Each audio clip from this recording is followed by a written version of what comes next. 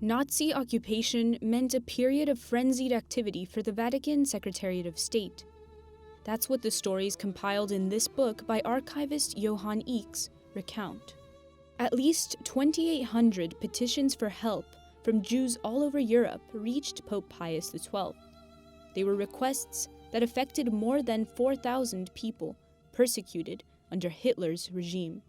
This is the surprising part. These people at the Vatican continued working day after day against evil in its purest form. They often failed, naturally, because many times the governments refused to collaborate and instead blocked all their activities. This was the case for hundreds of Jewish women from Slovakia who were handed over to the Nazis as prostitutes. The Holy See, coordinating closely with the nunciature, exhausted all diplomatic means to put an end to the situation, without success. In fact, at times it seems that the Vatican's protests produced the opposite result. This too can be deduced from the book.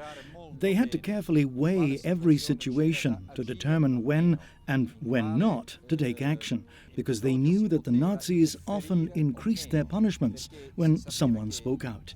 Johann Eeks found within the archives the nuncio's personal impressions after his meeting with then Prime Minister of Slovakia, Wojtek Tuka. The nuncio asked the politician to stop deportations, but he found himself up against a brick wall. The Prime Minister characterized Jews as the plague and as a group of evildoers. The nuncio later took note of the disappointing meeting. There is nothing more unpleasant nor humiliating than having a conversation with this man.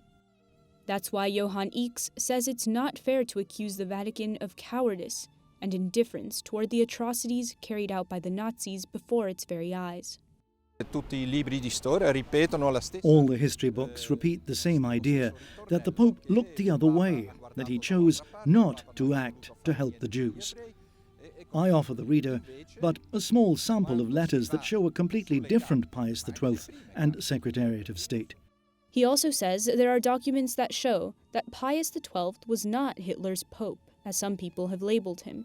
Eugenio Pacelli was a good friend of the President of the United States. What do these documents show? They show a private friendship between Roosevelt and Pacelli that had existed for 30 years, when Cardinal Pacelli traveled to the United States as the Secretary of State. Johann Eeks doesn't intend for the book to be an exhaustive study of the Pope's responsibilities during the war. Rather, it's a compilation of stories that show both the determination and powerlessness that Pius XII and his staff felt as they tried to save lives while the Nazis camped out on the Vatican's doorstep.